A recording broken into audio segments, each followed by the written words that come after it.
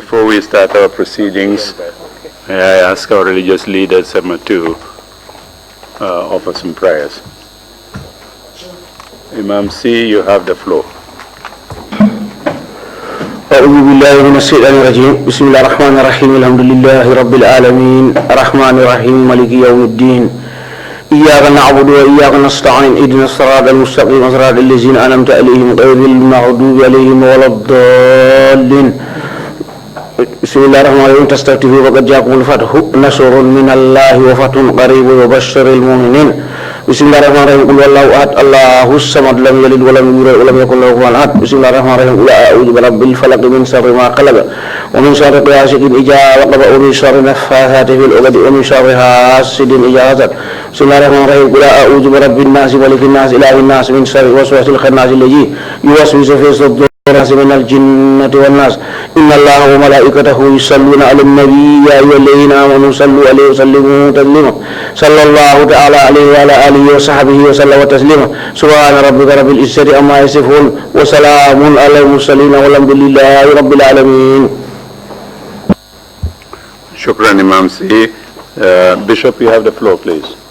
Thank you, Chairman. Lord God Almighty, Jehovah Jireh, Jehovah Nissi, Jehovah Bana, we call upon you this morning hour as we are in the Trrc sitting. We ask for your Holy Spirit's guidance and direction as we meet. We continue to pray that these meetings will all go well for the common good of all who live in this nation, the Gambia, and of your children that are abroad and even in other nations as well. We pray that truth, forgiveness and reconciliation and reparation will become a positive thing in this land, so that all will return to normal and things will begin to work positively for the common good of all. This we ask through Christ our Lord. Amen. Amen. Thank you very much, Bishop, for that. Council, are we ready with this morning's witness? Good morning, Mr. Chairman. Good morning, Commissioners. Good morning to you all. We are ready to proceed. So I ask that the usher kindly bring the witness in. Thank you. Thank you.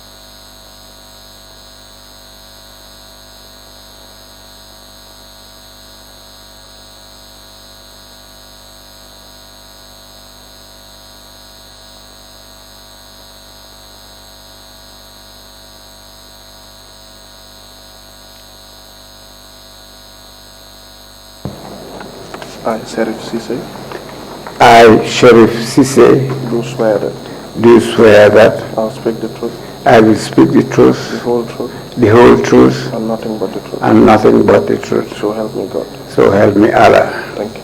Thank you.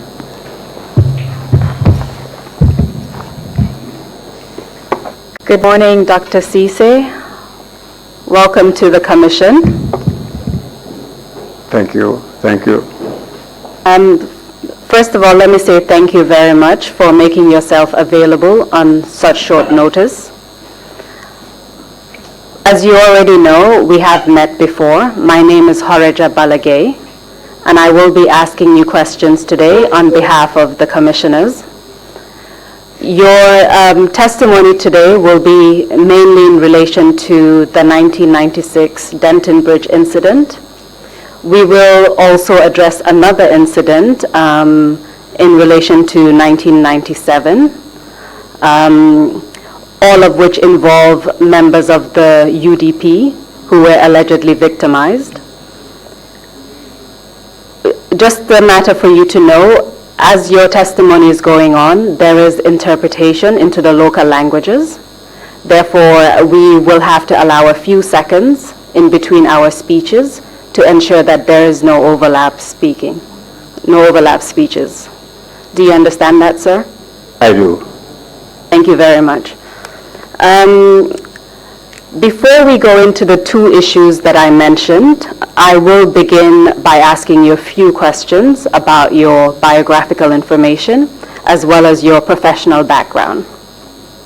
And then after, we will go into the two issues that I've just addressed.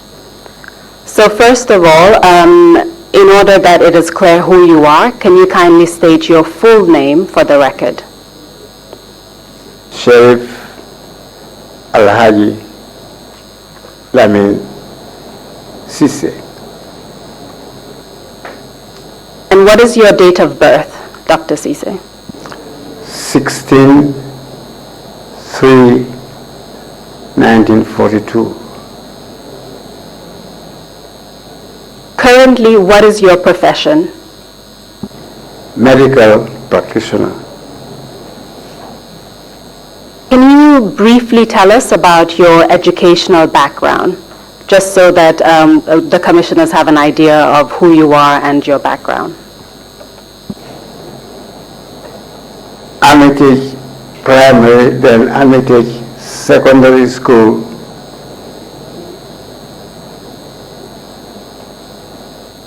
Please continue. And the Methodist Boys High School in Pathos then.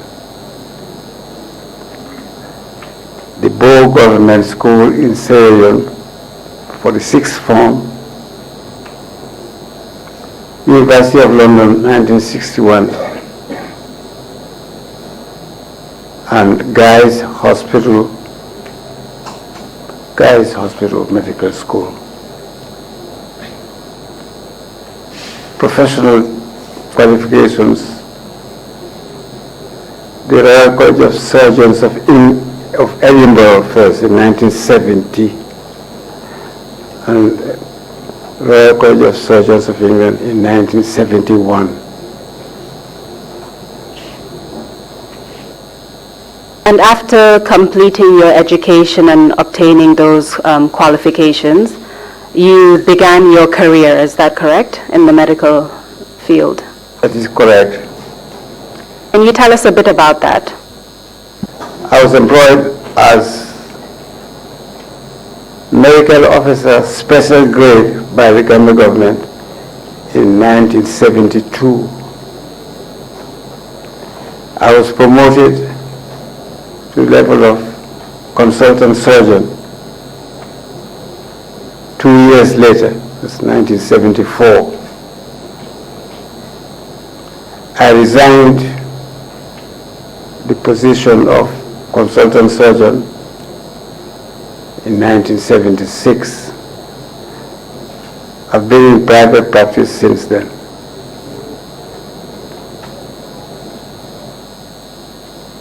And as part of your private practice, where did you set up your facility? At the beginning, used consulting offices, but clinical practice at Westfield Clinic. 1987, I was hospital director for a district hospital in North Bank. A year later, about 1989, I was clinic director at the Kololi Clinic, and I'm still there. So in 1996, your medical practice would have still been at Kololi, is that correct? That is correct.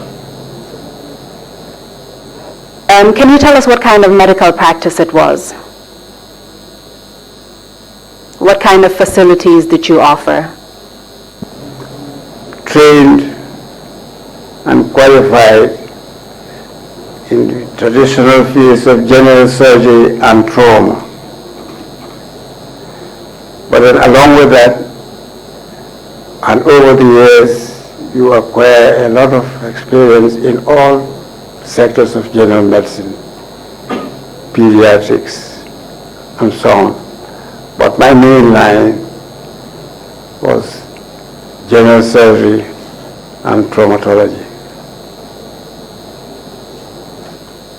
So when patients came to your clinic, it was a clinic, is that correct? Absolutely. So when patients came to your clinic, they would undergo a registration process, is that correct? That is correct. Can you tell us a bit about the registration procedure at your clinic?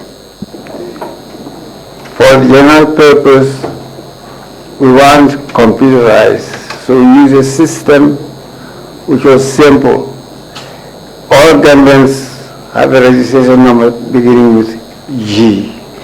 If they are male, it's GM. If they are females, they are GF. All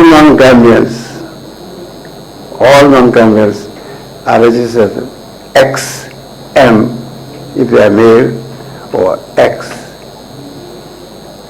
if they are females. So, and then across that is the year of registration. So you have XM and the year, and then the indexed numeric, starting from the first patient we saw at the beginning of every year. So that's the combination of registration fees. So certainly it indicates which year the patient was seen, whether it's male or female, and Gambian or non-Gambian. So in 1996, you would have kept similar records containing the dates you saw patients, the gender, that sort of statistical information, is that correct? That's correct, yes. This would also include some kind of report about their medical condition, is that correct? Depending on the clinical situation and so on. Therefore, bearing in mind the very important and sensitive issue of doctor-patient confidentiality, your testimony here before the Commission is expected to touch upon just generally scopes of victimization without divulging specific identifying information. So in that sense, we would expect you to assist the Commission by, for example, referring to an individual suffered X type of injuries, or there were generally cases of X and Y, so without giving specific identifying information. Do you understand that? I do. So I would like to move on to the issue of the first main topic, which is about the 1996 Denton Bridge incident. Do you recall an incident that allegedly occurred at the Denton Bridge in 1996? Yes, I do. And do you recall the date of that incident? 22nd of September. You were not present at Denton Bridge during that particular incident. Is that correct? I was in the party approaching Denton Bridge when the incident broke. But you did not witness what happened at Denton Bridge? I did not physically stand at the site of the obstruction or the incident itself. So how did you come to find out what happened at the bridge even though you weren't there when those events unfolded? The security detail for the passengers in our car, I call the executive car, came and reported that there was a major incident there, and it was recommended that we return to Banjul or Combo and abort the trip because there was a lot of problem at the bridge. I did not physically stand at the site of what was actually happening because there was such a commotion, so many cars. There was the security difficulty has arisen so abruptly that the chief of security suggested to Mr. Davo that it would be better, more prudent to abort his trip. So to be clear, you were in a vehicle with Mr. Davo at the time. Are you referring to Mr. Usainu Davo? I am. So you were approaching Denton Bridge on that day when you were given the advice that you should turn around because of an incident at Denton Bridge. Is that correct? This is correct. So what happened next after you turned around? Where did you go next? Apart from the security detail, the other occupants of the car was Mr. Davo himself and Dr. Boro Suso and myself. So the driver turned around. We had escorts before and after our vehicle, and we drove back to Pipeline Road, the residence of Mr. Davo. This must be between 10 and 11, but I couldn't be absolutely sure about that. But we left the major party of the convoy at the bridge.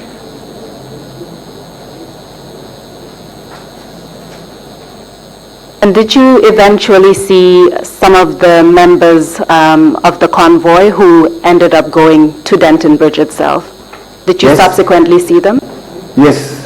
Can you tell us about that? By 10 o'clock the following day, a number of ill and injured individuals presented at the clinic. I had no prior knowledge of it,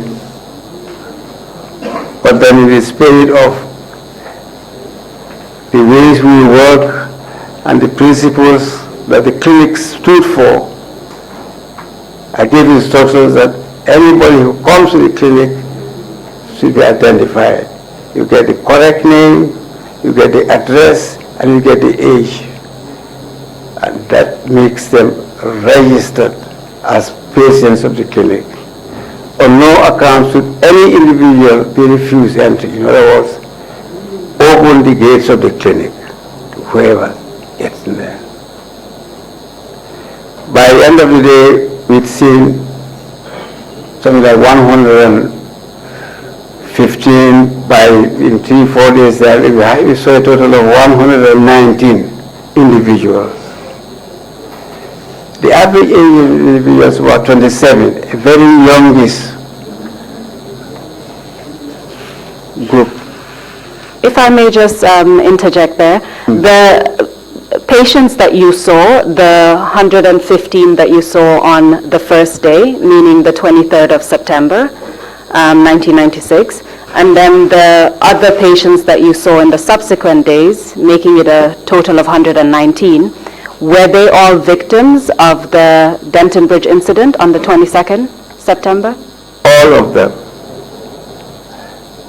You began by telling us the ages of the victims. You said the average age was 27 years old. Is that correct? That is correct. Can you tell us how old the youngest victim was? girls was 16 years. I think they come from Kalindi. The youngest age we saw was 16. The oldest was a man from Kian. He was 60 years old. A very energetic, enthusiastic individual. So these 119 victims had children as well as elderly people. Is that correct? I would assume that. What about the gender of the 119 victims? Can you tell us, for example, how many were female? 16 were female, the rest were men. And of those 16, 2 were subsequently grouped in the seriously injured group and required admission. If we can focus on the 2 females who were seriously injured, what do you mean by seriously injured? What types of injuries did they sustain? First, the vast majority of the victims had superficial injuries, mainly on their backs and their limbs, upper limbs, like either defensive injuries and maybe like 50% of those was in that category. And what do you mean by defensive injuries? Somebody trying to defend himself or herself. Usually they will be injuries in the arm, the extensor part of the arm and so on. So you could tell based on where the injury was located on their body. Is that what you're saying? Normally if you find somebody with injuries on their back, that's not the defensive. It means that you always say permissive. It allows the individual or the assailant or the whatever to inflict what harm he can do to the individual's back. You also mentioned superficial injuries. What do you mean by that? What type of injuries are you referring to? This would be skin cuts, skin abrasions or bruises, not straightforward deep cuts, and they're usually sustained by whips or sticks rather than by equipments like guns or sharp stuff like knives or things like that. There are no sharp injuries, there are superficial injuries. So the type of injuries that you saw allowed you to conclude what could have caused it. And you've mentioned things like whips and sticks. Is that correct? Injuries on the back would suggest that the guy who was being beaten exposed his back and lay on a surface with the assailant standing over him and just whipping him. Injuries on the arm would suggest that at least the individual was trying to protect himself or in fact fight back. Now the majority of injuries we saw on the 23rd was a mixture of this. The men always had injuries at the back of the shoulder girdle and the upper part of the trunk. The females had injuries on their buttock. It was selectively to hit men at the top, indicating that possibly they just took their shirts off or they tore their shirts off. And the ones with the buttock, for some strange reason, didn't have any injuries at the back. But the important thing is, these injuries were severe enough to cause skin bruising, and some of them even were bleeding. We had 2 or 3 who had secondary sepsis. So by the time they came to the clinic, they were discharging not just blood and serum, but also pus.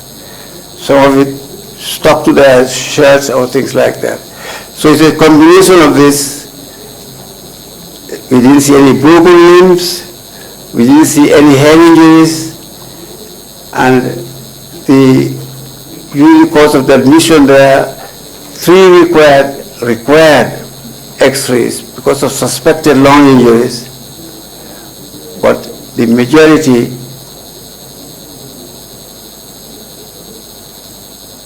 about 55-75% of them really had superficial, that same category, rather than deep-seated or penetrating injuries or things like that. And the superficial being the cuts, the abrasions, and the wounds that you've mentioned to us. Yes. I want to focus on a few things that you told us and just get additional information from you. You mentioned what you observed as a medical practitioner based on the wounds that you saw, and you were able to draw some conclusions as to what caused it and how that could have happened. Did the victims also tell you about what happened to them at Denton Bridge? Physically, not much, but the sort of the history behind how they are forced off the vehicle, how they are arranged, and my impression was they were threatened into lying prone, lying with the face down on the ground, with these soldiers parading within them, beating them one by one, because you could count. You could count the number of scars on their back. Subsequently, there was a uniform number of 4. Everybody had 4 strips on the back. One individual had 10. We could count them. So it suggests some form of cooperation or coercion. Somebody threatens you, lie down. They stand and leisurely just beat you until you. A lot of them came with that, with torn shirts also. The individuals with defensive injuries, that's with the arms and so were not much. There were a few who had injuries to the thigh. These were, like I say, thigh and buttock.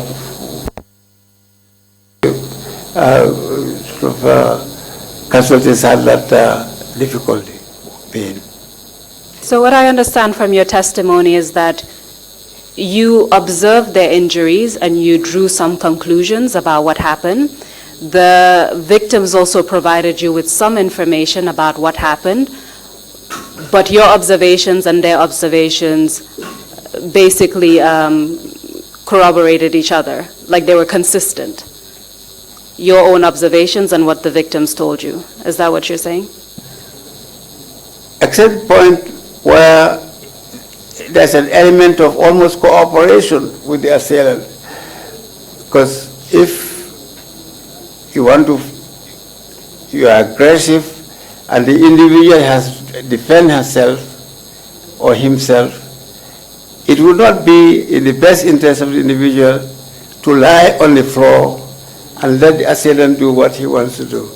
I had a distinct impression that most of the injuries were caused on the back being beaten. Occasionally the whip, I can't confirm, but certainly whatever they use slipped, and they had some injuries in the armpits and the thighs. So this could be due to absolute horrified by the threat of the ultimate weapon, which was brandished openly to them. That's a weapon. I wasn't there, but and occasionally we had gunshots. So they were terrified, and in such a situation, I think the sort of duress, the stress, and everything would make them submit the same way that a bad example would be the Jews submitted. A German paratrooper says, sit, and they sit. 10 of them can sit, and because they are traumatized physiologically, psychologically, to the point where they feel so helpless that under command, they would seem to be cooperating with it. This was the impression I had. Nonetheless, it doesn't take care of the fact that this was wicked, unprovoked assault on defenseless men and women with weapons, whatever, even a stick would constitute a weapon in my view. So they were assaulted, they were beaten with marks which lasted for several weeks under situations of stress. So that's the summary of it. And essentially, it appears as though you're saying what you observed from the injuries and what they told you about what happened was consistent. Absolutely. And the information they provided you was the following day after the incident. Yes.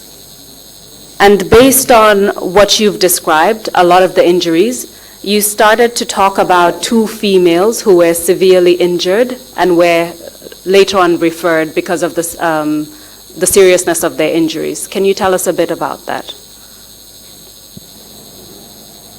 Well, dealing with 115 young people within 24-hour period, we had to adopt a practical approach to this. The clinic at most can accommodate 15 individuals as a limit to our capacity in terms of nursing and equipment and so on. So the formula we adopted was we tried to identify the ones who are most seriously affected by this, irrespective of, gender or something. And on that basis, we identified 12 who required inpatient attention for drips, first aid care, wound toilets, antibiotics, tetanus cover, and analgesics. 15 of those people would fit for that. In fact, we admitted 15 of those. Of those 15, 2 were the females I spoke about. The rest could be treated as an outpatient basis. The others were given appointments for further investigations like chest X-ray in a situation of 2 or 3 people and so on. So if I say 2 were admitted, it has to be taken in that context. That's 2 of the worst ones.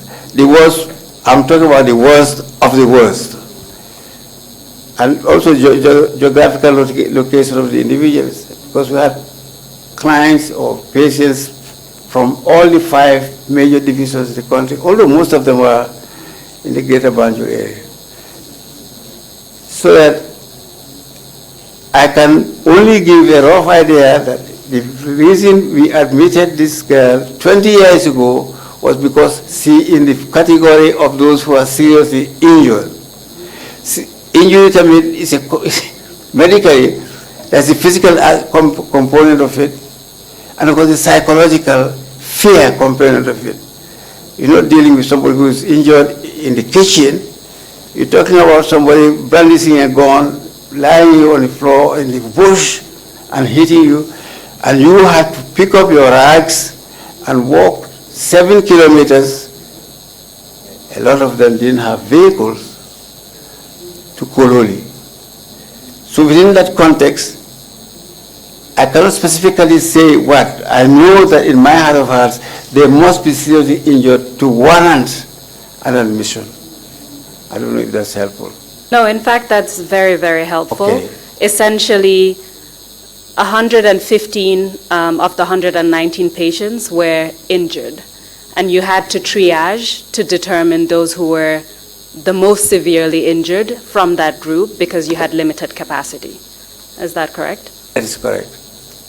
And based on that, you admitted some patients, including 2 females that you've talked about. You also told us, you began to tell us a bit about the psychological state of the victims. Can you tell us a bit more about that? What was their condition psychologically from what you observed? In all fairness, I was impressed by the level of strength of these individuals. There was nobody crying. Women cried, not these ones. They are hard. They are brave. And they got substance. Nobody was querying anybody. Nobody was blaming anybody.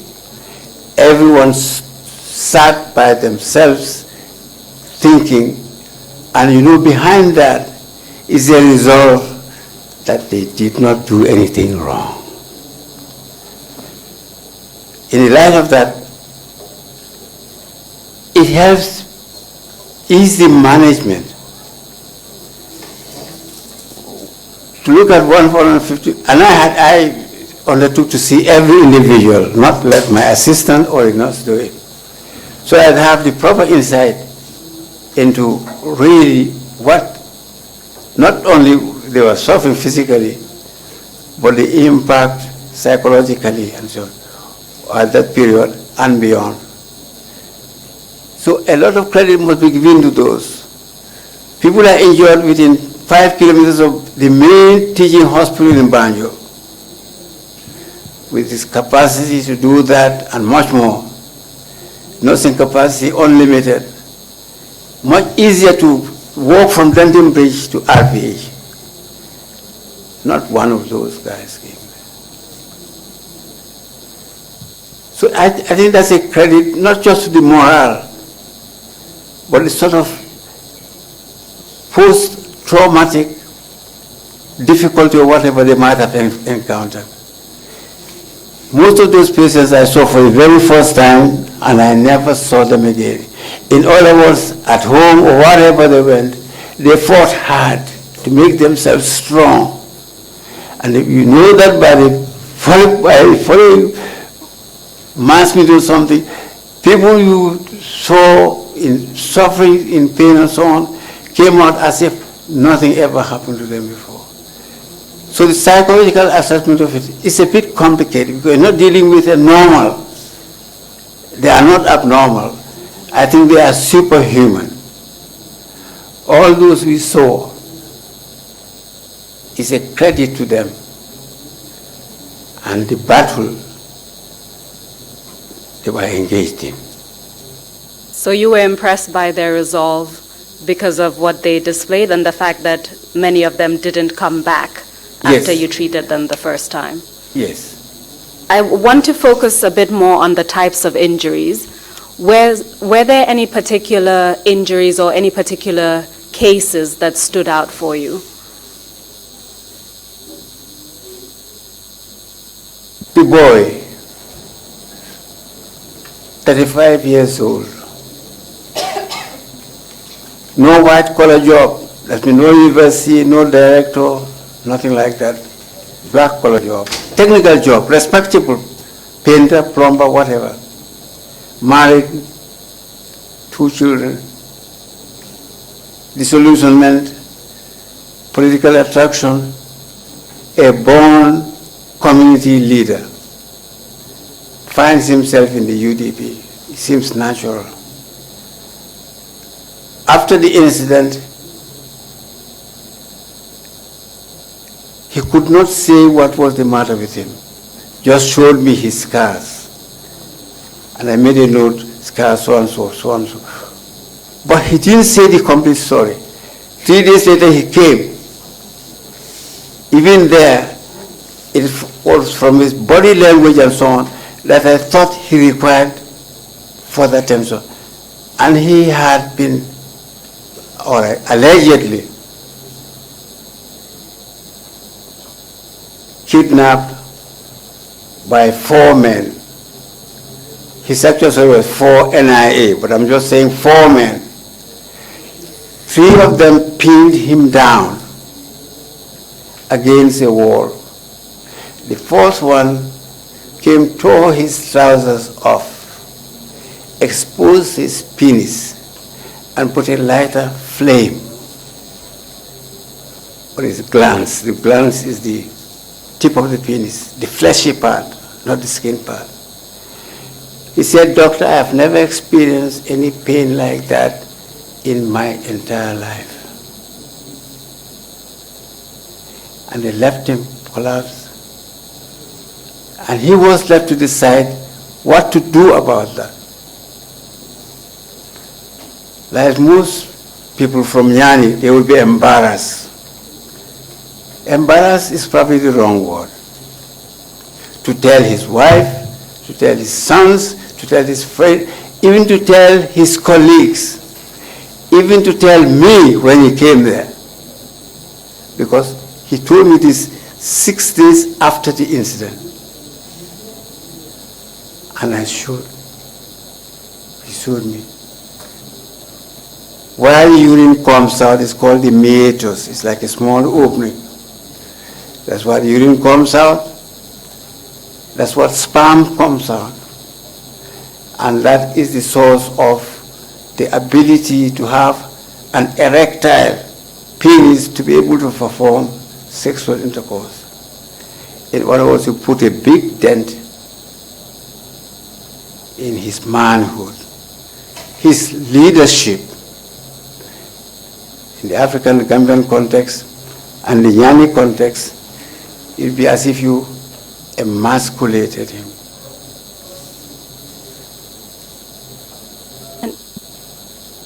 These are the untold stories.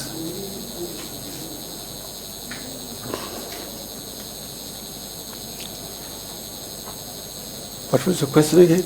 Now, that's one incident that... And just to clarify, Dr. Cisse, was that incident as a result of the 1996 Denton Bridge incident or another incident? A lot of these have had multiple arrests. There's no one individual is here. A lot of those are people who are arrested, or not arrested, but who presented at the clinic. Well, I don't know of any particular party militant in the UDP who was not present at Denton Bridge. Some, while this said, some just did not come in there, but he was registered on this was on the 23rd of September. That was the first meeting. Then subsequently people dripped in, and on the 17th of June 1997, this was almost a year after that, some of those kept repeated. Like I say, his injury was on the 9th of June 1997. But he reported to me on the 19th, that he must have been keeping this within his house and so on for 4 or 5 days, because he was embarrassed to tell anybody, to show anybody, because he's a brave soldier. So, and we do it on a serial, you come today, we write the date, because we don't have a computer system where you come automatically, you get sorted out to your file or whatever it is. A lot of these individuals you saw, all the 5 who came together had been seen subsequently or previously. Some I've seen 6 times. He in particular I saw 4 times, and he told me this on the 4th visit. So if I may just say what I understand from your testimony, this 35-year-old gentleman was part of the Denton Bridge incident in '96. He was one of the victims, but this issue of what was meted out to him in his sexual organ happened in June of 1997. 97 years. And this was by NIA, allegedly members of the NIA, National Intelligence Agency. Is that correct? I think it would be a mistake to put things together on the sort of Denton Bridge, because there are lots of things leading up to that, and there are lots of things which in fact accelerated after that. We don't have a 1996 file. We have a patient file, and this consistent assault on them was there before the bridge and continued after the bridge, especially facing up to the Brikama Congress. So an individual who's been traumatized will have the same file. It will be a problem for me to say what preceded what, but we do know, for example, that this delivery was in September 22nd. And this other incident I'm talking about, the penile thing, was in 1997, in June. But it's on the same individual, and it's the same thing that builds up the character of the individual and the level of the atrocities. And it's very helpful that we have some records from you, because it allows us to determine which incident happened when, even if it relates to the same individual, because you would have recorded the date. So we have that record, and that's clear. So this gentleman suffered some harm during the Denton Bridge incident in '96, and similarly suffered other harm in 1997. So that's very clear. I wanted to ask you about something you mentioned in your statement, still focusing on the 1996 Denton Bridge incident. You mentioned a woman who was pregnant at the time, who sustained injuries as a result of that incident. Can you tell us a bit about her? I got scared when somebody told me that this particular woman was pregnant, and she didn't have any specific injuries, I could tell. We were just being precautionary, because she walked from the site. I think she lived in Pacao, and had to walk all the way back. So, but there was no indication of injury.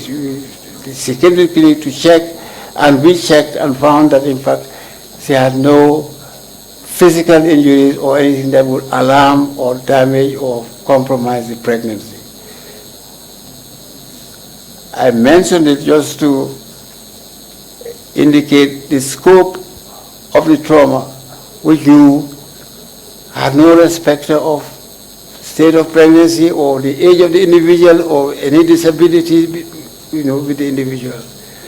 Because we had people who were not very well, who had been subjected to a tour lasting 2 weeks with a lot of physical and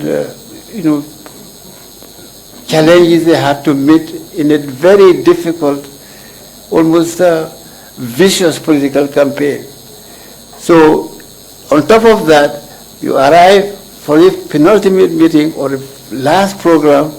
Some people maybe would not have had lunch that day, people would not have had dinner that day, thirsty, and then you're subjected to this, and you have to walk all the way back to wherever you in Serekonda, Bakau, things like that. So if you've noticed that somebody's been pregnant 5 months, a very vulnerable period in her pregnancy, it was out of concern that I listed her as one of those we saw, and we did see her, but happily there was no complications to pregnancy. And you mentioned that some of the victims, you had to refer them elsewhere. Yes, this was, normally I said they would beat them on their backs, because it's easy to conceal it. You put a gown on it, you won't know. No facial injuries, no force injuries. Maybe there are sort of defensive injuries in the back and the front. But the majority of the trauma was inflicted in the back. Now, he had one in the lower part of his chest. It wasn't a flat bar whip, like a poncho. He had difficulty in breathing. All the criteria which suggest internal chest injury. At worst, you got to do an X-ray. Make sure she ain't got a pneumothorax, that air going in the lung. Because they presented at 7 o'clock in the evening. I was actually called in an emergency, the 3 of those. He was one of those. They did not want to be admitted. Actually said it. Because maybe they were arrested. The story was they were arrested in Brikama, taken elsewhere. They said NIA, subjected to this thing, released. Before they went, I surmised, before they returned to Brikama, they came to the clinic, and there were answers to go back, as anybody would. And what I said, what I noted was that requires to come and have a chest X-ray. But I did not see him again, this particular individual. Now, the other guy, he had a big hematoma. Hematoma is a bruise underneath the skin containing blood. That happens when you have a soft tissue injury beneath the skin. It bleeds and the blood collects there. Blood pushes pressure on the nerves and the bones and the joints. He wasn't able to walk or sit or things like that. He also had to have X-ray of the lumbar spine. I just give you this because it indicates that my records will show that he was to do that, but I had no sort of jurisdiction to go beyond the treatment I can give at 9 o'clock in the night, or to advise the individual to follow it up. But none of those who I recommended chest X-rays or lumbar spine X-rays came back. If I may just interject there, Dr. Cisse.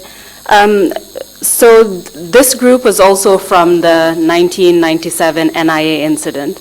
And we will come to that, but I just wanted to ask you two more questions about 1996, and then we will take all the information you have about 1997. As part of the 119 victims that you saw at your clinic, did any of them succumb to their injuries? Luckily, nobody. We lost no one.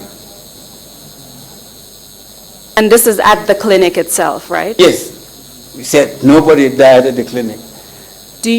There was, can I go? Yes. Okay. Yes, please. There was a 59-year-old man. Although admittedly he had previous history or concurrent history of tobacco-related bronchitis, he was beaten very viciously because everyone knew by implication or by whatever that he was the musician extraordinary for the UDP. Before that, any other, but that everybody identified him as such, and so on. So he stood out. He was singled out from those who were occupants of I'm not sure which of the two main drugs. And from what I heard, they concentrated on his fingers because that's the tummy pain. Considering he also had chest injuries. When he came, in fact, we put him on a drip straight away, resuscitation, antibiotics, and luckily he improved the breathing and so on and so on. He was there 3 or 4 days until he felt better. And one of the things with this is, after the incident, every time somebody misses a relative, they wonder if he's dead. Because the regime doesn't really try and alleviate fears or respond to the fears and the rights of ordinary members of society. So you had to go from one hospital to the other, find out from neighbors and sometimes from prisons whether your relative is alive or whatever. In that instance, so they verified that he was under pressure to go home. This was the thing. He went home with medication, and we learned, I think a week or 2 later, that he died at home. So yes, please. Do you believe that this musician died as a result of the injury? Absolutely, absolutely. And I won't ask you for names, of course, so please continue and tell us what you wanted to say. Yeah, I just wanted to say that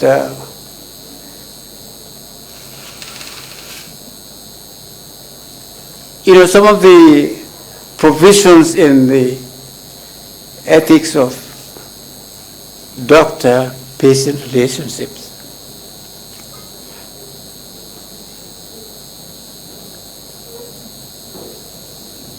But he died at the hands of the security.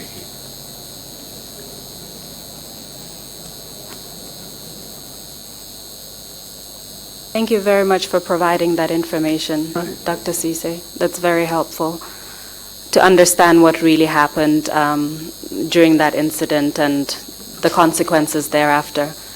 Apart from the 119 victims that you treated from that incident, did you treat any other individual apart from those UDP supporters?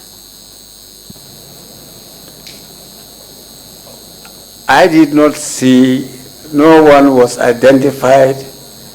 We did not register, and we therefore did not treat any person following that incident who was not a UDP supporter. In other words, they were part of the combatants, well, the security forces. We did not see or treat anyone at the clinic with injuries related to that incident. So in fact, all of the victims that you treated were UDP supporters Absolutely. or members?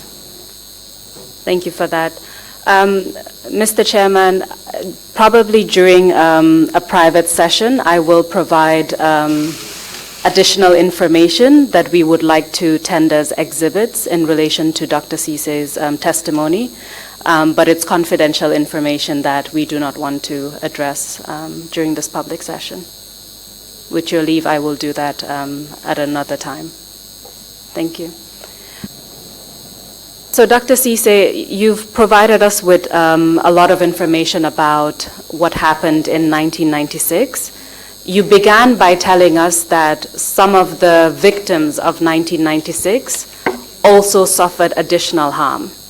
And you mentioned the case of a 35-year-old who was allegedly detained by members of the National Intelligence Agency, and then suffered essentially sexual torture. You also mentioned another, an older person who suffered injuries and had to undergo a chest X-ray. And these, I believe, are in relation to the 1997 incident. So can you tell us what you know about the 1997 incident?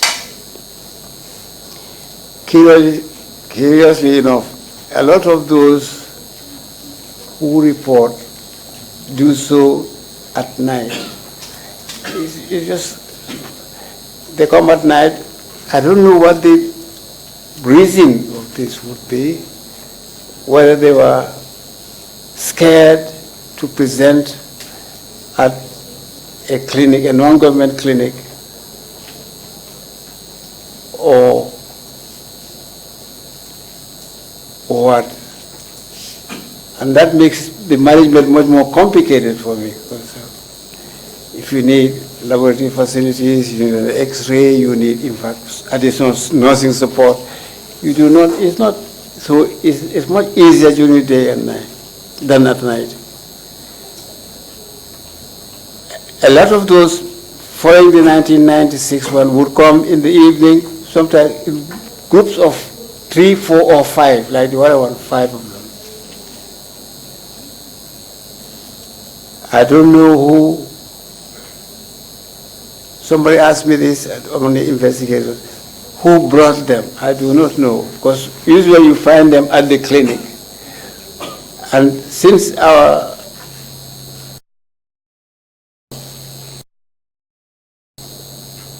rule of combat is whoever comes, there's an open door. All you need is you must identify the individual. And whoever comes, I must see. Don't say go or come. I must see. You mean what the prerogative is to provide as much help as possible and at the appropriate time and have it recorded. This was what we were following up to now. So even after 1996, we had event on through the elections, remember, and then after the elections and so on. up to when the Gambia decided. Do you recall the date of the 1997 incident? That's in June, 13th of June. Can you tell us, as far as you know, what happened on the 13th of June, 1997? They came in 2 days after the alleged torture. In other words, they were tortured on the 11th.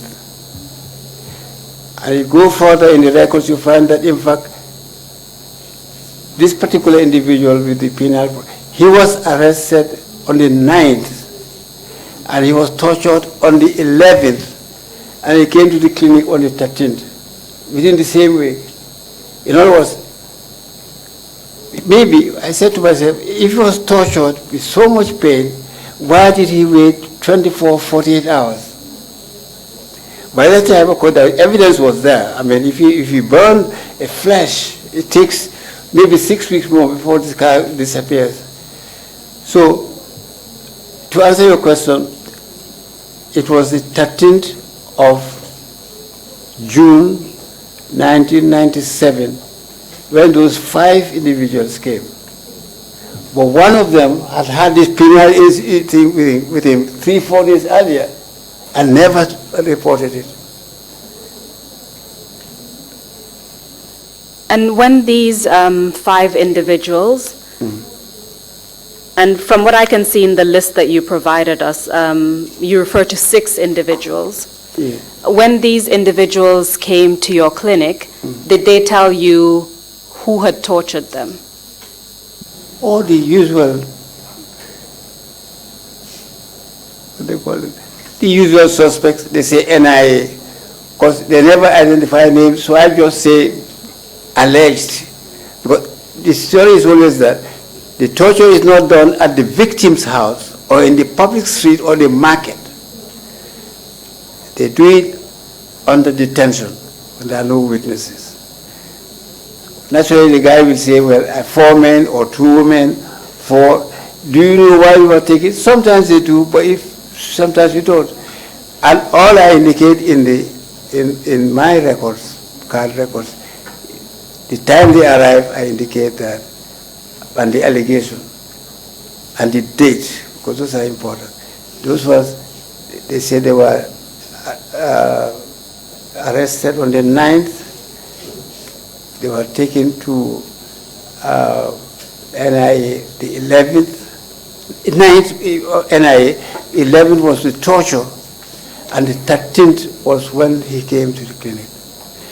And when he was coming, this particular guy, when he was coming, he came with the other guy with the back who couldn't walk, and the one with the suspected puncture, long hair.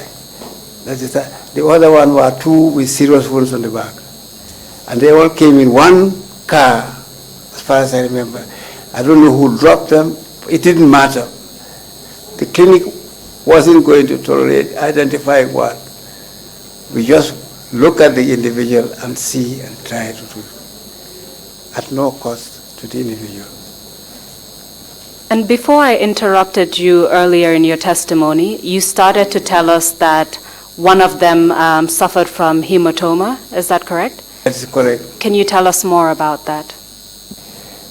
Because that individual, when you talk to him like that, you won't know. Ask him to sleep and lie down. You will be horrified. From the shoulder blades down, there were 10, we counted 10 large strips of scars, each at least 10 inches and about 2 or 3. In other words, you either use a flat bar or nothing sharp. But the injury was concentrated in the lower back, the lower spine. And 2 or 3 days after, that formed a big swelling, a subcutaneous was. In other words, the skin may look okay, but beneath it is the hematoma, the blood clot. He found it impossible to sit. He couldn't stand, let alone walk.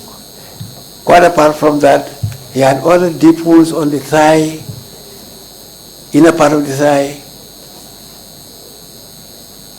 So, Sorry, what do you think caused those so-called dimples in the inner thigh? Could you ascertain what the cause was? I can't imagine, I don't think there is a necessity for them to use multiple weapons, because they wanted something which will not kill the individual. They wanted something which might not attract attention or less under close examination. In other words, it hurts them where people can't see. And then it becomes their responsibility to prove that they have been assaulted. So the favorite position I found was back injuries. And they are flat. Maybe they don't know that you can do a lot of harm inside the body by an injury which is even not penetrating. It doesn't have to be penetrating. Contusions, nerve injuries, ligament injuries, even organ rupture can happen just with a flat injury. You don't have to have a knife for that. So consequently, the sacroiliac point, where you sit on, actually where you stand on, it takes your weight. That got edematous because of the trauma, because the hematoma pressing on it. Subsequently, he wasn't able to walk, so he was using crutches by March 2000. The fact that got steadily worse, it got worse for a while and then improved. Because the interesting thing about nerve is nerves can undergo swelling, edema and so on, which can resolve over a period. You can also have neuropraxia where the injury itself can cause a shock.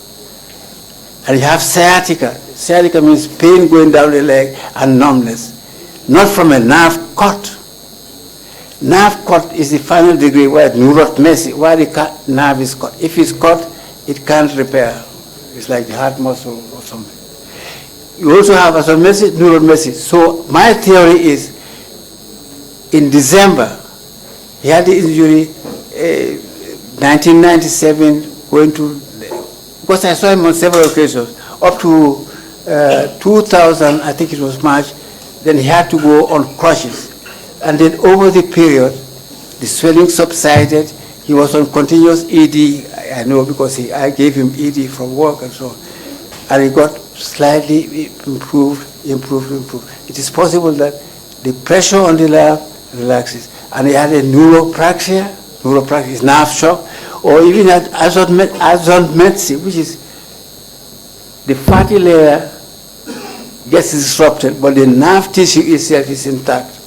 And that provides a opportunity for the nerve to regenerate, not the nerve cell, but the nerve covering.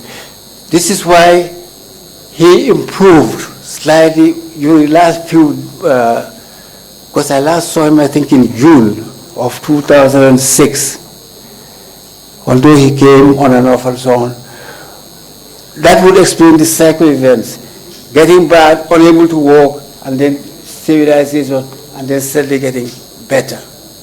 Subsequently, of course, other things took their toll, and I don't know if the individual is available right now. And all these were as a result of the injuries inflicted upon allegedly by the NIA? Those ones I indicated, I'm absolutely sure they were. And because you were able to observe this individual over a number of years, yes, you saw how it affected his condition over time. Yes. Is that correct? Yes. These are very serious injuries that you've described as a result of torture allegedly inflicted by the National Intelligence Agency. Where you've mentioned about 6 individuals, well, the list contains 6.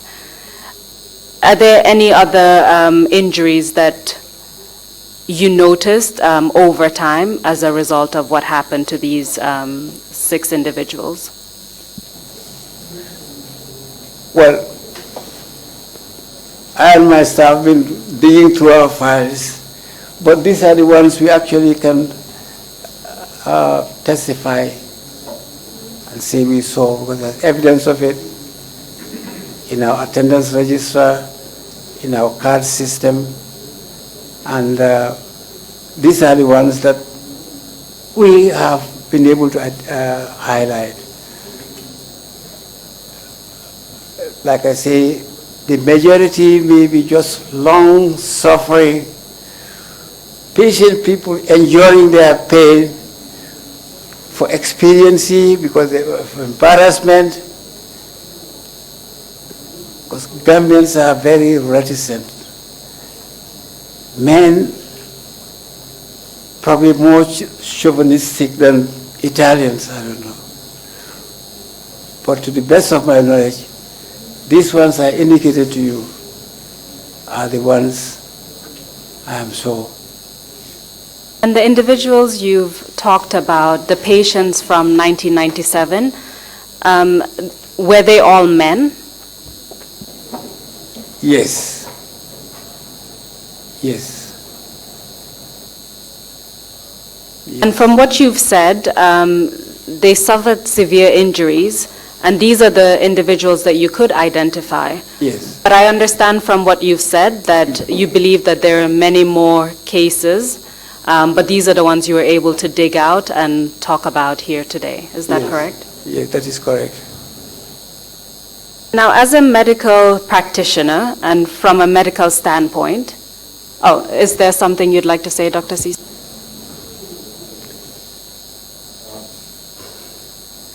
I don't know. It's too big. I mean, there's an overlay of, the popular word.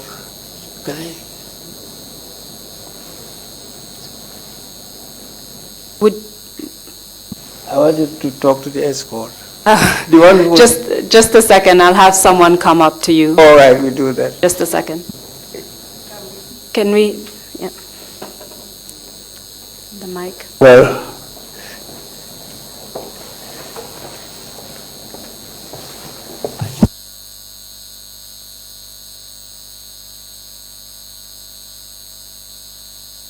interplay here, the medical part is the underlying political situation which really is the cause of the thing. Dr. Cisse, if I may interrupt, I understand that you would like to have a break, so if I can just ask Mr. Chairman if we can take a break and allow the witness to come back after the break and continue the testimony. Thank you very much, Counsel, for that.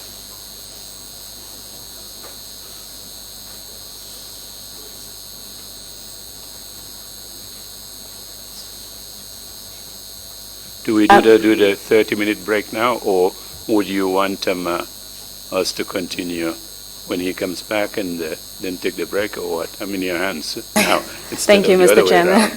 I would suggest that we allow the witness about 10 minutes and then we continue, because I'm at the end of my questioning, and so I can allow the commissioners to ask a few questions, perhaps allow him to make a final statement, and then we're finished with this witness. So a break of 10 minutes perhaps would be ideal. Splendid. That's okay with me. Thank you.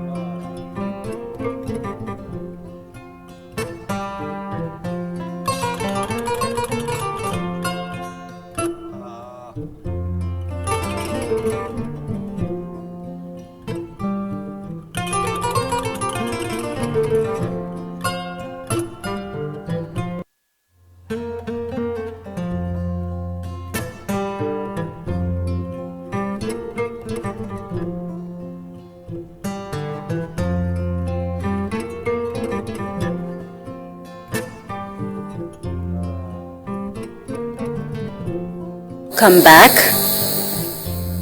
I would like to remind you that you're still under oath. We're almost at the end of your testimony.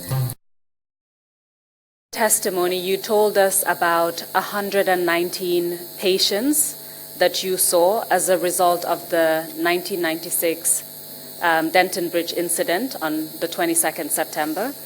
You told us that those individuals had allegedly suffered all these injuries at the hands of the security forces at Denton Bridge. You also testified about another group of patients, 6 individuals who suffered injuries as a result of torture in June 1997. You told us that they were arrested on the 9th of June. They underwent torture on the 11th of June, and you saw them on the 13th of June. And this was allegedly at the hands of the National Intelligence Agency, the NIA. Now, having treated all these victims, particularly in 96 and 97, can you tell us from a medical standpoint what kind of impact such injuries would have had on the lives of the individuals that you treated, just generally? It would appear to me that one of the most obvious factors was the fact that these individuals would not feel secure in this country if any of them is ill or at the wrong end of the security apparatus. Because people would prefer, supporters of the UDP would prefer to go a non-government facility even if they needed to. The tragedy of having 119 injured people leave Banjul and go to a private clinic, a small clinic, completely out of the center, defies description from the medical point. What was stopping them from going there? What is the scare? Why do they turn their backs on the facility that they own? Taxpayers, heredity, whatever. The facility is for, even if the staff are maybe 90% non-government, it doesn't matter. That scare is there. That factors which denies them due access. And medically, I recognize this as one of the saddest things ever.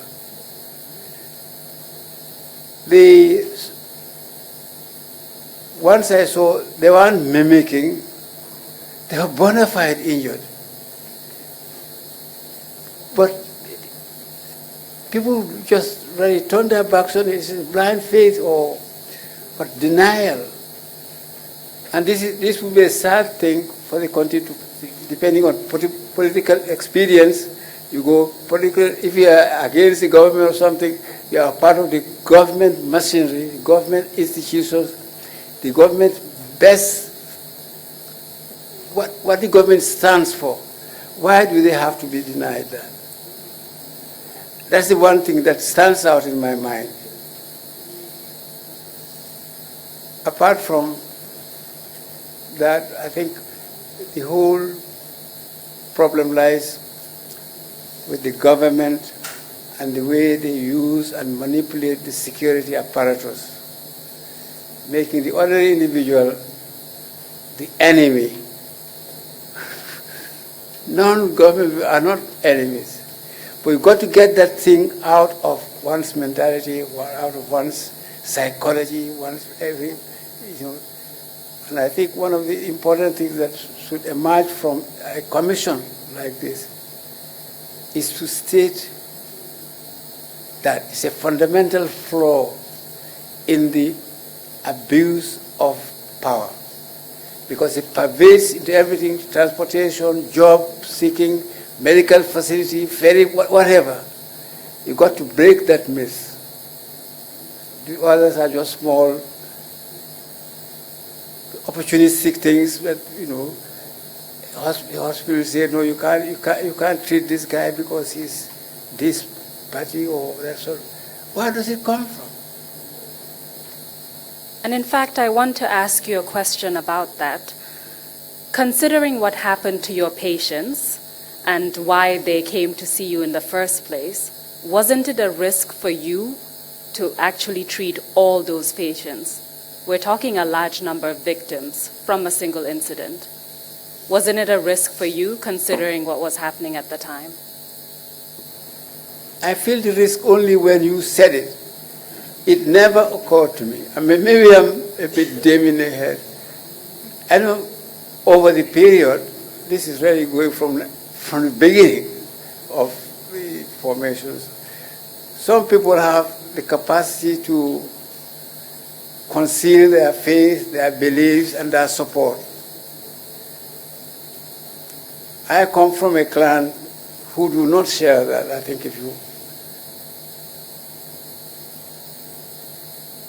your chairman will tell you that Nyaninkas are very down to earth and can be the most frustrating problem for any individual if you want to deny them certain basic rights. In answer to your question, maybe I should have considered those as threats, but only now do I need, you have to have a bodyguard, you have to have, of course the marabouts take part of the credit for it. But no, I think maybe there's a risk, but I think the country, or what I would have denied myself, will be far greater risk. So I didn't consider it crucial. Well, thank you very much, Dr. Cisse, for your courage at the time, and thank you for your testimony. I have concluded my questions, so I will yield the floor to the commissioners, who may ask you additional questions and then allow you to make a final statement at the end. Thank you. Mr. Chairman, I hand over to you. Thank you. Thank you very much, Council, for that. And Nkotoke, Dr. Cisse, thank you very much. You have always been an inspiring role model for the boys who grew up in Bansang. We all wanted them to follow your footsteps in education and service. And that is still there, always inspiring and always brave. Thank you so much for sharing with the Commission the untold stories of massive brutality visited on innocent and defenseless civilians by the security forces who were acting as agents of the state. I hope we don't have this kind of thing repeated in our country again, but a big thank you to you for agreeing to come and testify before the Commission and share these stories. Very difficult, but you stayed brave in dealing with it. Deputy Commissioner, you have a point you wanted to make? Yeah, please go ahead. Thank you very much, Dr. Cisse, for your very lucid testimony. And thank you also for your benevolence in treating those patients free of charge at a very critical stage in their lives. You have described some very critical cases of human rights violations against some persons who came to your clinic for medical attention. These persons are of great interest to the TRRC, not only for hearing what happened to them, but also for their personal interest in terms of reparations. So we are calling out to them, if they have had your evidence, that they do present themselves before the Commission and state their cases so that they will be eligible for reparations. We're looking forward to hearing from them either as direct beneficiaries, if they are still alive, and if they are not alive, if there are close members of their families who can come in as indirect victims to tell the Commission what happened to their loved ones. We thank you very much once again. Thank you. Thank you. Thank you. Commissioner Sam, you have any questions to ask? Yeah, Imam Diallo. Cisse, I want to congratulate you for your bravery and for standing to maintain your profession and ensure that you do justice to Gambian citizens. What you did at the time these things were happening is a manifestation of your truthfulness to your profession. Very few doctors would have attempted or accepted to attend to these people in that situation. Thank you very much for what you have done for your nation. Thank you. Thank you very much. Any other questions? If there are no other questions, Dr. Cisse, would you have some closing remarks to make? If you do, please proceed. Thank you, commissioners and all organizers in support of this almost landmark commission and with its objectives. The problem with most developing countries is to put institutions at the back and personal power and greed in the upfront. This choice is an enemy to development. Now, fortunately, this is the first time in Africa, or in fact the world, where you have a situation as bizarre as this, where a leadership who's not been tried, a leadership who has not got the mandate, the like of the people, is put in absolute total charge of the lives or the death or the prosperity or the poverty of its people. Institutions must be built on fair, competent, with clear mandates and clear authority, not individuals. The experience in Rwanda, after probably the worst, certainly worse than what we experience here, where genocide is committed by neighbors against neighbors, school children against classmates, purely on ethnic lines. That's not the situation here. Here we have a crime committed by an individual and his entourage, undermining the authority and the independence of the system for their own greed. It looks simple, certainly much simpler than Rwanda's, but Rwanda has got completely turned around. They are now, I use the word civilized, not from buildings, but the attitude of the people. There's more social cohesion in tribes who were just butchering each other's children from that happened in Rwanda. There was so much inveterate hatred of the individual. We haven't got to that point. Fortunately, when the people of the Gambia decided, when Gambia decided, we hope that's the beginning of the total revolution that we've experienced over the last 25 years. My concern is maybe this commission started too late. Maybe it's not been empowered as much as it should. I was surprised when the council said that we are not a court.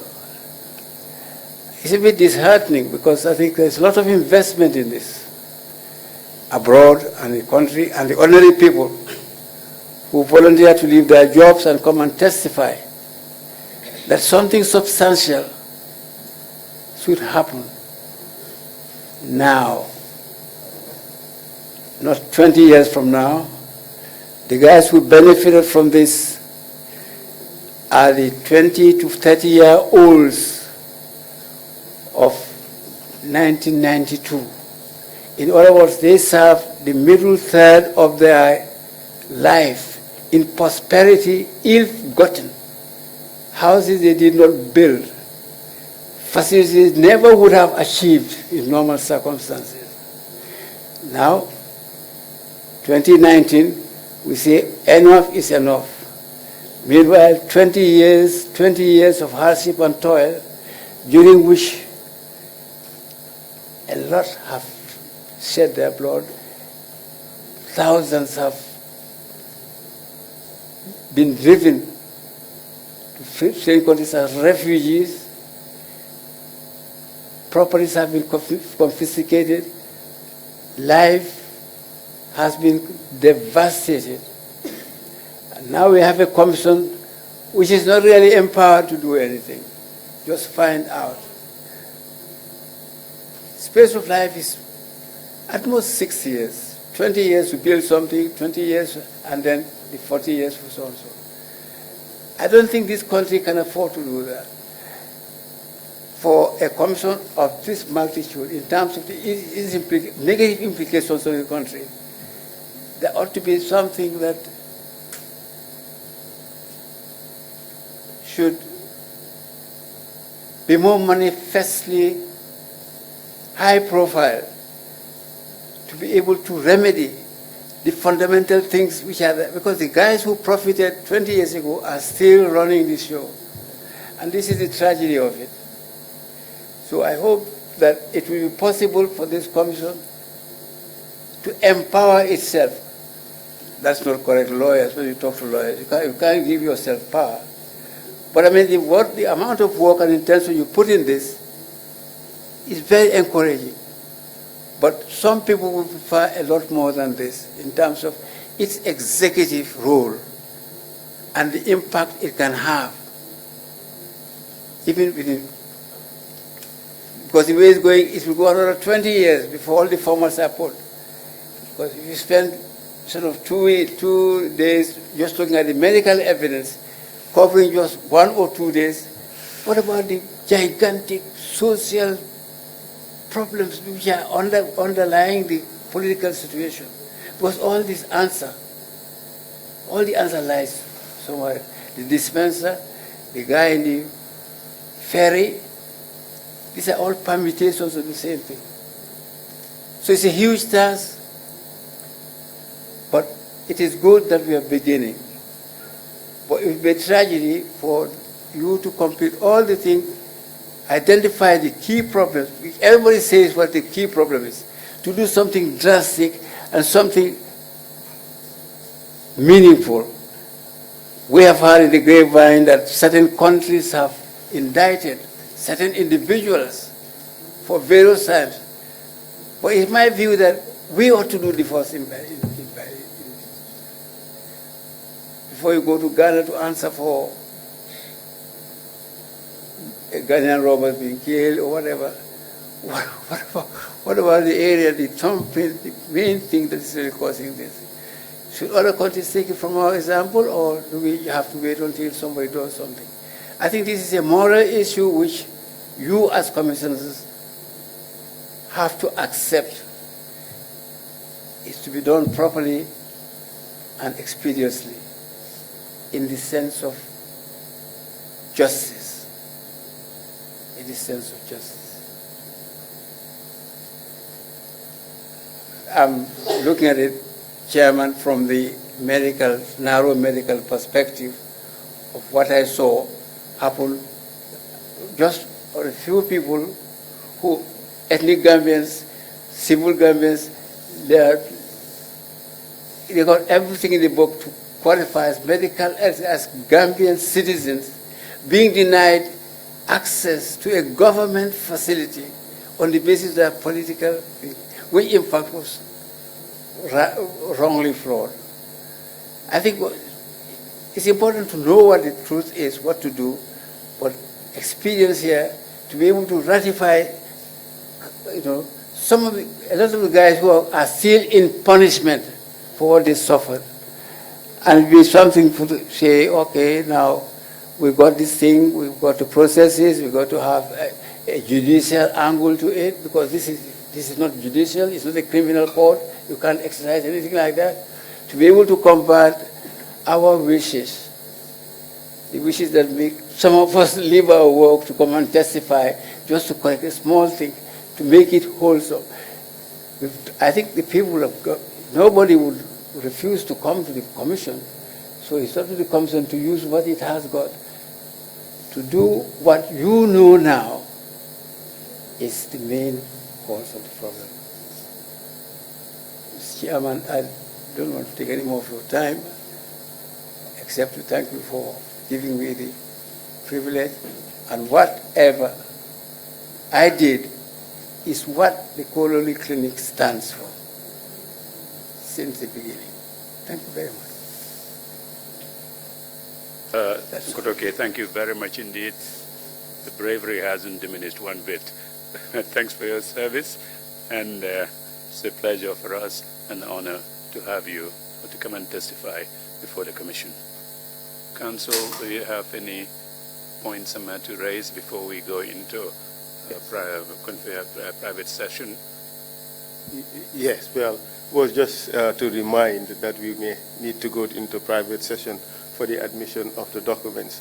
But that said, I just want to take this opportunity to thank Dr. Cisse for such a wonderful testimony. It's highly appreciated. And also to allay your fears that the Commission would do what is expected of it. Okay. The recommendations would come. And we are considering when is the best time to make what recommendations. But they would surely come. But just also to reiterate that there are certain expectations that are beyond the remit of this Commission and fall squarely on the lap of the politicians. When the recommendations come, I hope that the Gambian public would hold the public officials accountable as to how they deal with the recommendations that this Commission or other commissions would submit to them. But thank you very much. Thank you very much, Council, for that. We will see you again Monday morning at 10 o'clock. Meeting is adjourned. Thank you all. Very much.